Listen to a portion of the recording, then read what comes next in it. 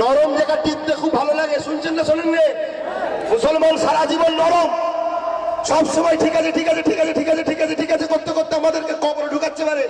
এবারে বলছে দেশ থেকে তাড়াবে, এখন এক ছোট এদের নাম নিশানা মিটিয়ে দিতে হবে, ঠিক না ঠিক? আজকে আমার বাংলাতে একজন পাগল বলে বেড়াচ্ছে মুসলমানের ঘাড়ে লাঠি মেরে তাড়িয়ে দেবো। ও পাগলকে যেখানে দেখবে সেখানে কুত্তা পিটার মতো পিটা দরকার আছে, ঠিক না ঠিক?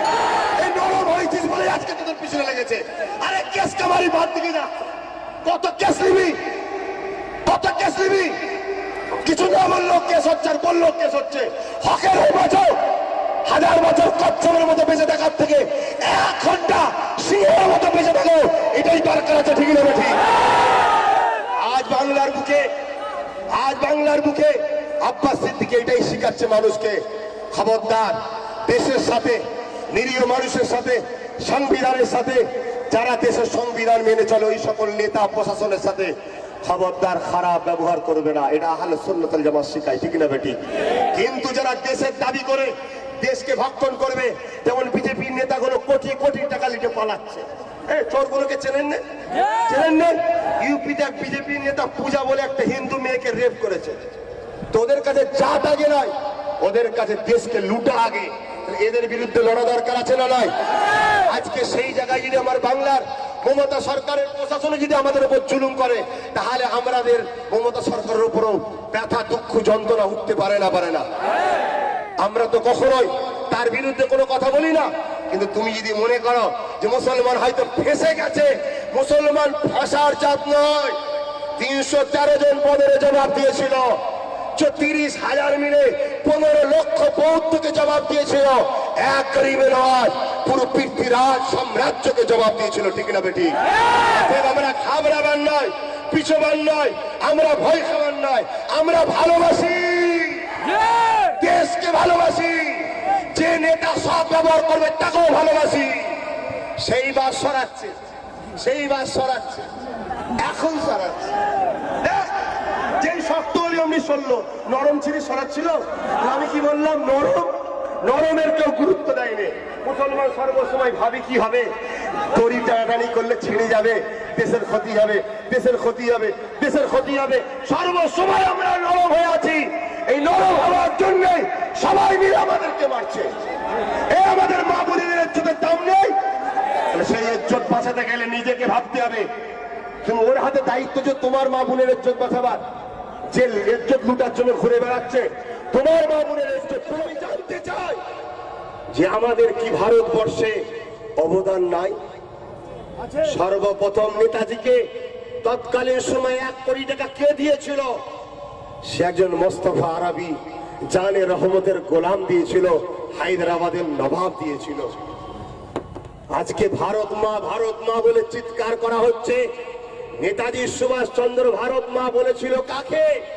সে সেই নবাবের মাকে বলেছিল, এটাই হলো ভারত মা। সে একজন মুসলমান। আজকে সেই মুসলমান তোমরা। আমি দোষ দেবো না মমতাকে, আমি দোষ দেবো না বুদ্ধদেবকে, আমি দোষ দেবো না অন্য কোন রাজনীতির দলকে। আমি দোষ দেবো তোমার সমাজে মুসলমান সেজে যারা দালালি করে বেড়াচ্ছে তারা। আর তোমরা নিজেরা দোষী। তোমরা নিজেরা এখনো নিজেদেরকে চিনতে শিখলে না, ভাবতে শিখলে না। 72 বছর ধরে তোমরা গোলামি করে আজকে গোলামিটাই তোমাদের পছন্দ হলো।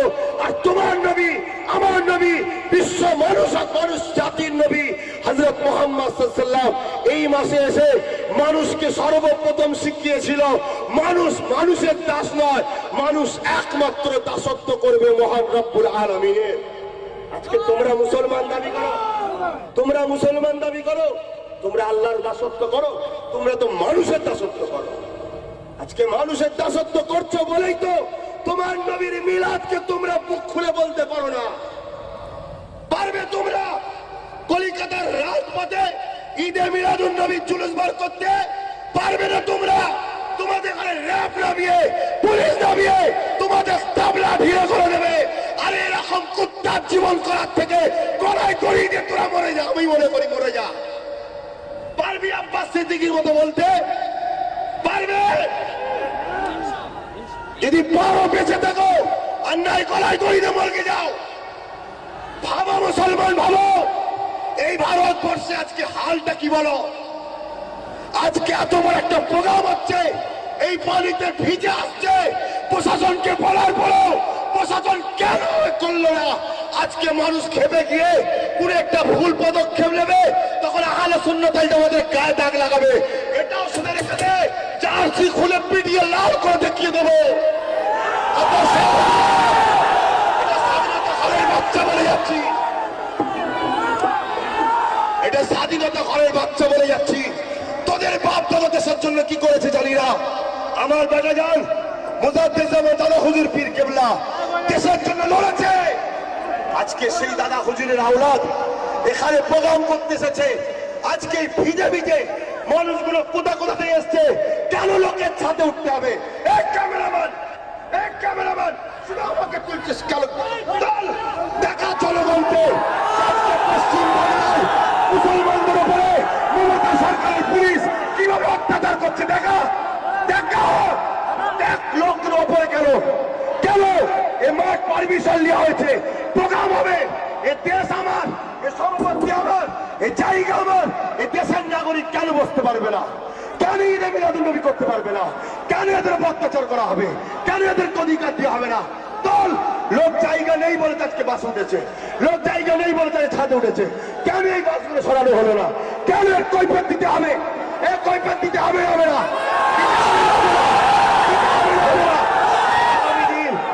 আগামী দিন এদিকে দেখো, এদিকে দেখো, তোমরা আমার সাথ দেবে, তোমরা আমার সাথ দেবে, তোমরা আমার সাথ দেবে। বাঁচতে চাও, মাথা তুলে বাঁচতে চাও, মাথা তুলে বাঁচতে চাও, আজকে এখানে বসে শপথ নাও নবীর আগমনের দিনে ইসলামের উপরে, মসজিদের উপরে, কোরআনের উপরে, মুজাদ্দিদ জামান দাদা হুজুরের আওলাদদের উপরে, সিলসিলার উপরে, দাদা হুজুরের মুরিদদের উপরে, আমার ভারতবর্ষের দলিত আদিবাসী অসহায় হিন্দুদের উপরে, জাতির উপরে কোনো অত্যাচার যদি একবার হয়, আমরা পুরো বাংলাকে অবরোধ করে দেবো। আপনারা রাজি আছে? রাস্তায় নামতে রাজি আছে? অবরোধ করতে রাজি আছে? আমি ডাক দিলে আপনারা রোডে নামতে রাজি আছে? প্রশাসন মারবে, মার খেতে রাজি আছে? জেল খাটতে রাজি আছে? দেশের জন্য লড়তে রাজি আছে? আজকে আমার দেশকে একদল নেতা আর একদল লেবাস পরে, ইউনিফর্ম পরে প্রশাসনের মধ্যে দেশকে বিক্রি করে দিচ্ছে। আজকে দেশ শেষ হয়ে যাচ্ছে, এদের কোনো খেয়াল নেই। একটা এতগুলো মানুষ নবী মুহাম্মদ সাল্লাল্লাহু আলাইহি ওয়াসাল্লামের আগমনের কথা আলোচনা করবে, তো এর সব থেকে মহান যে ব্যক্তিটা, সেই ব্যক্তির আলোচনা, যার প্রশংসা রামকৃষ্ণ পরমহংসদেব করেছে, যার প্রশংসা স্বামী বিবেকানন্দ করেছে, যার প্রশংসা খ্রিস্টানদের ধর্মগুরুরা করেছে, যার প্রশংসা গৌতম বৌদ্ধ করেছে, যার প্রশংসা রবীন্দ্রনাথ টেগর করেছে, যার প্রশংসা ঈশ্বরচন্দ্র বিদ্যাসাগর করেছে, যার প্রশংসা বর্তমান ভারতবর্ষে প্রধানমন্ত্রী নরেন্দ্র মোদীকেও করতে হয়েছে।